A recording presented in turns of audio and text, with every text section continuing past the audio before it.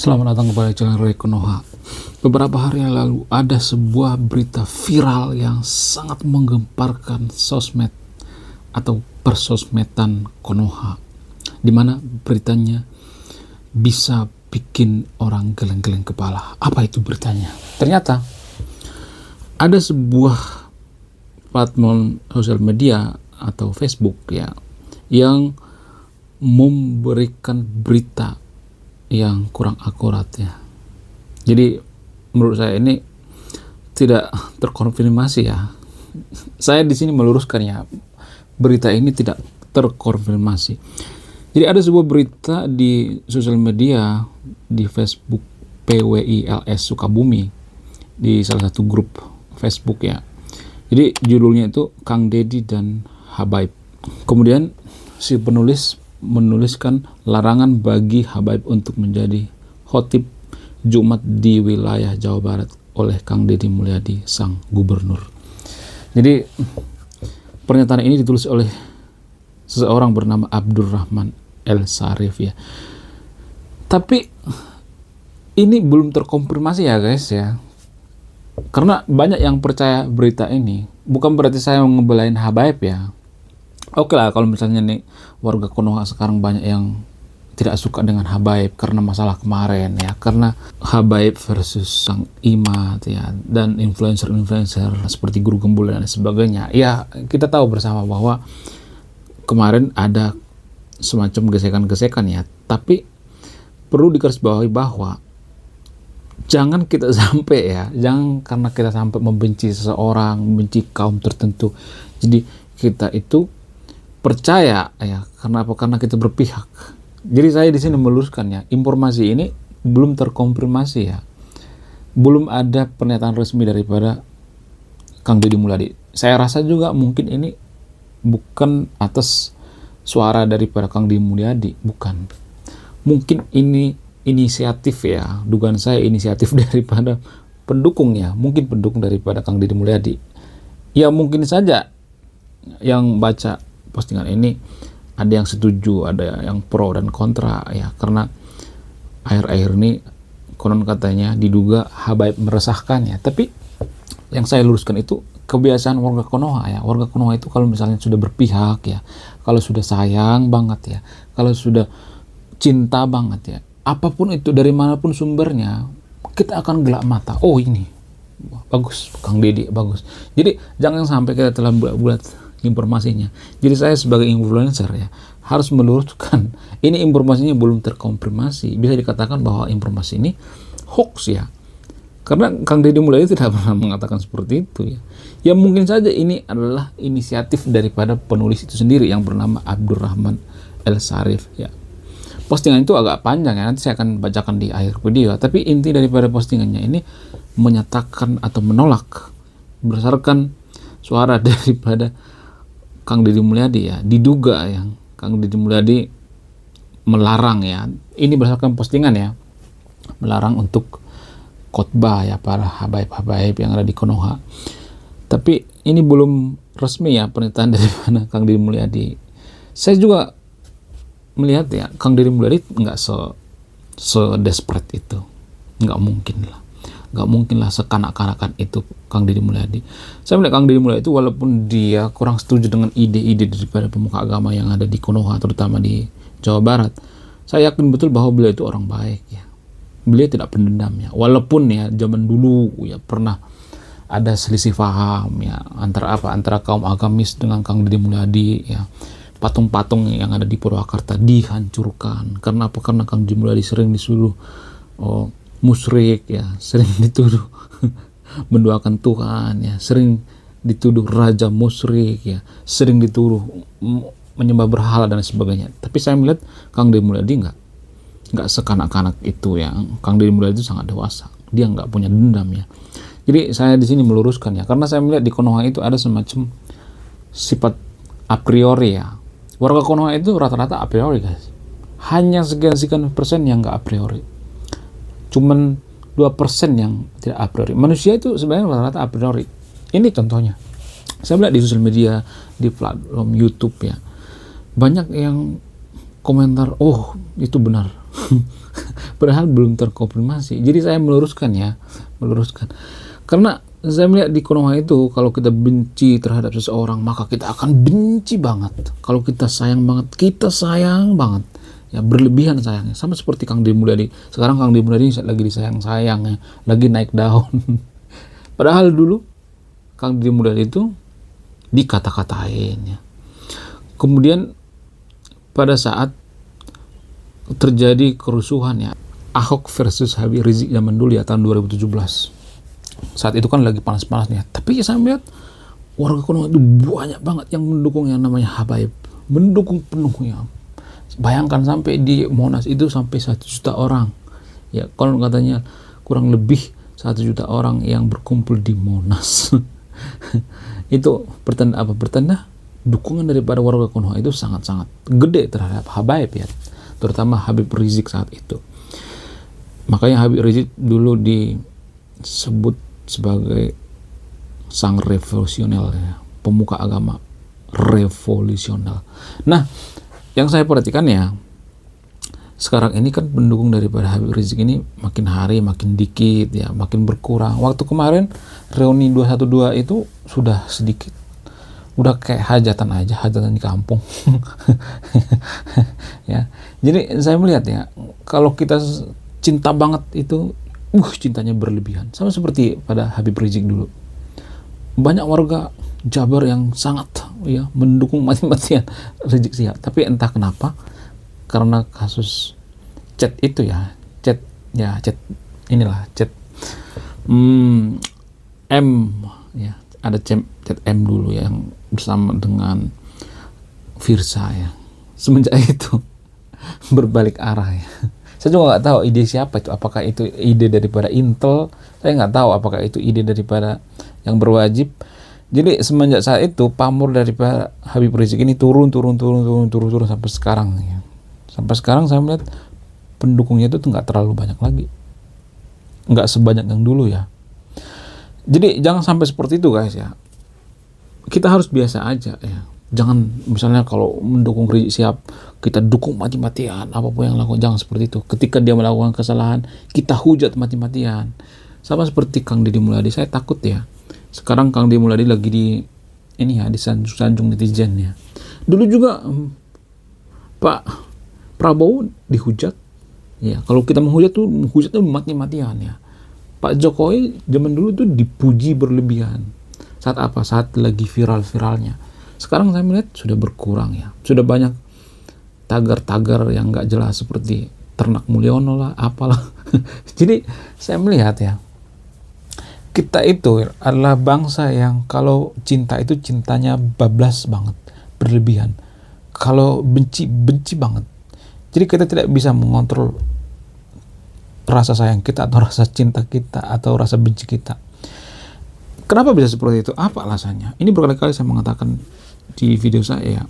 Salah satu alasan yang paling masuk akal itu adalah karena masyarakat Konoha itu adalah masyarakat yang emosional. Kenapa masyarakat Konoha itu adalah masyarakat yang emosional? Apa alasannya? Kalau kita perhatikan ya, warga Konoha itu kalau misalnya ada masalah ya, mereka itu nggak segan ya, mohon maaf ya, keroyok rame-rame, persekusi rame-rame. Jadi ada semacam sifat gotong royong untuk apa? Untuk hal-hal yang negatif, untuk melampiaskan emosional ya. Saya melihat seperti itu. Apa alasannya? Alasannya adalah karena warga Konoha itu rata-rata makhluk patungan ya, atau makhluk gerombolan ya, makhluk berkelompok. Jadi kalau warga Konoha itu bergelombok ya, atau berkumpul ya, berkomunitas, mereka semakin berani. Karena apa? Karena mereka berpikir kalau mereka melakukan misalnya ya seperti melakukan tindakan yang tidak terpuji pada saat mereka berkumpul ya, mereka berpikir itu bukan kesalahan mereka, tapi apa? Kesalahan kelompok mereka. Sama seperti yang sekarang ini saya melihat ada semacam kelompok yang sangat mencintai Kang Deddy Mulyadi, sangat mencintai, berlebihan. Saya melihat mencintai nggak jadi masalah. Saya juga sangat mendukung ide-ide daripada Kang Deddy Mulyadi, bukan secara ini ya, secara sepihak ya. Saya mendukung Kang Deddy Mulyadi karena ide-idenya. Ada juga ya saya nggak setuju dengan ide-ide dari Kang Mulyadi ya. Tapi saya takut ya suatu saat Kang Deddy Mulyadi ini dijatuhkan ya. Seperti apa? Seperti pejabat-pejabat terdahulu seperti Soekarno. Soekarno dulu pernah dijatuhkan sejatuh-jatuhnya pada saat peralihan pemerintahan daripada Soekarno ke Soeharto. Pak Soeharto di saat memimpin ya, saat pemerintahannya diagung-agungkan, dipuja-puji, bak dewa, bak raja, tapi tiba-tiba terjadi krisis moneter, dijatuhkan sejatuh-jatuhnya, bup, gitu. Dan sampai sekarang ya. Tapi sebagian ya ada juga yang mendukung Pak Soeharto ya. Dan setelah meninggal biasanya kita akan sangat kangen ya, atau kita memuji-muji ya, seperti Gus Dur misalnya. Waktu Gus Dur itu lagi beralih dari satu ke yang lainnya ya, pemerintahan dari Gus Dur ke Megawati itu kita sangat membenci yang namanya Gus Dur kan, malah dikata-katain ya Gus Dur kan. Kemudian kita sangat memuja-muji yang namanya Megawati saat itu ya. Sekarang kita banyak yang menghujat juga Bu Megawati kan.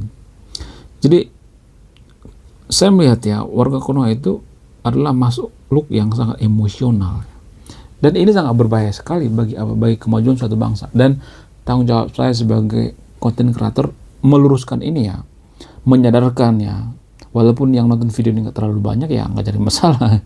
Yang penting tanggung jawab saya sebagai content creator saya tersalurkan ya. Saya menyadarkan yang nonton video ini, kita itu masuk masyarakat yang sangat-sangat emosional, tidak bisa mengontrol emosi.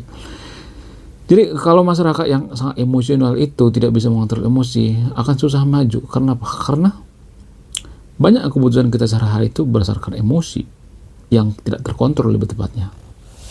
Ya, cara makan, cara minum, semua hal bisa dikontrol oleh apa? Emosi. Ada masalah dikit, mengamuk ya. Ada masalah dikit, ngambek. Jadi hal-hal seperti kan harus dimatangkan gitu loh. Dalam berpikir ya, dalam bertindak kita harus menggunakan emosi yang terkontrol. Emosi itu ya, kalau dalam ajaran agama Buddha itu sama seperti api. Kita butuh api kan.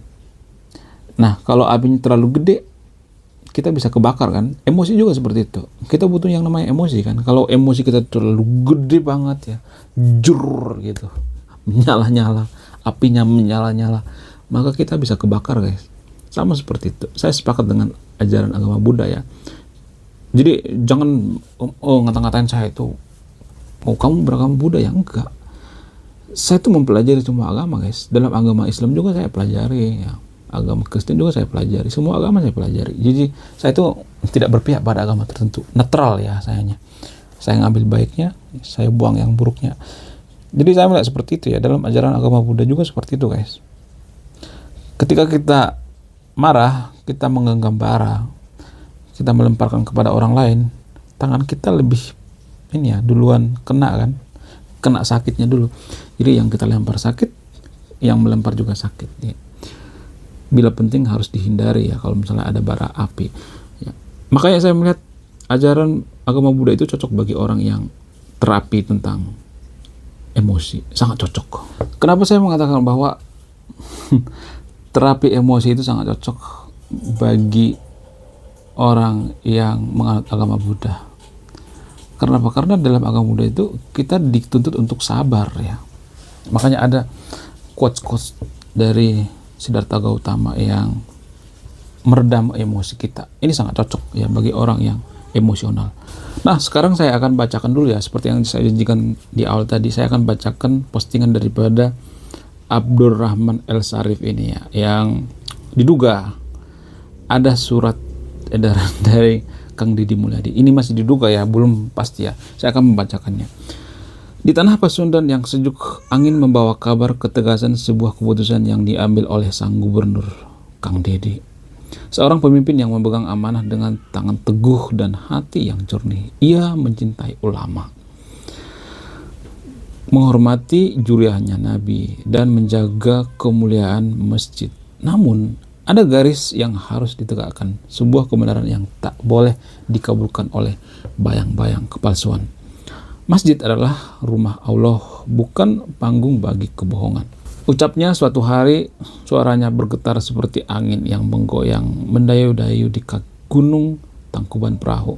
Siapapun yang memalsukan nasab Nabi, siapapun yang berdiri di mimbar dengan dusta di bibirnya, tak boleh menodai kesucian tempat ini.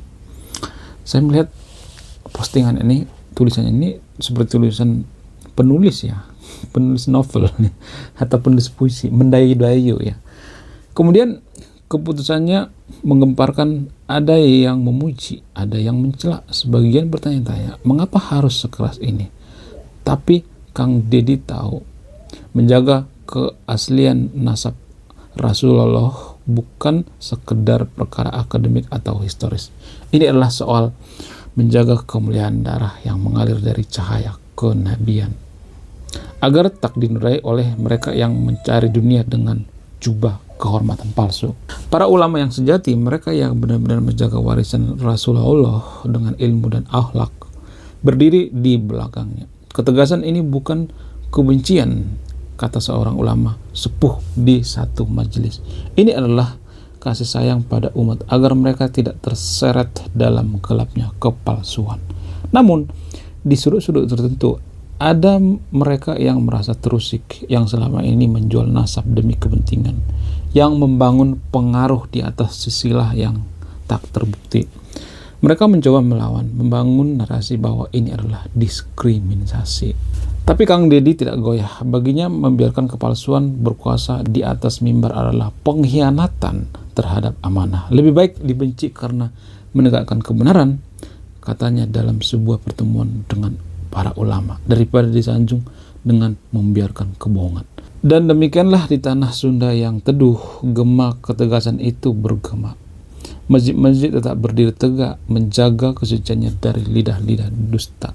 Para pewaris Nabi yang hakiki atau ulama terus menebar cahaya, sementara mereka yang hanya berselimut namun mulai kehilangan tempatnya. Karena kebenaran, sebagaimana air hujan yang jatuh dari langit, akan selalu menemukan jalannya untuk membersihkan bumi. Wow, hashtag cinta Rasul, Kang Deddy, musahabah diri, dan lain sebagainya. Kalimatnya cukup puitis ya. Cocok ini jadi seorang bujangga. Oke, sekian video ini. Terima kasih sudah menyimak. Ya, menurut kalian gimana? Tulis di kolom komentar ya. Saya Rekono, salam rasional.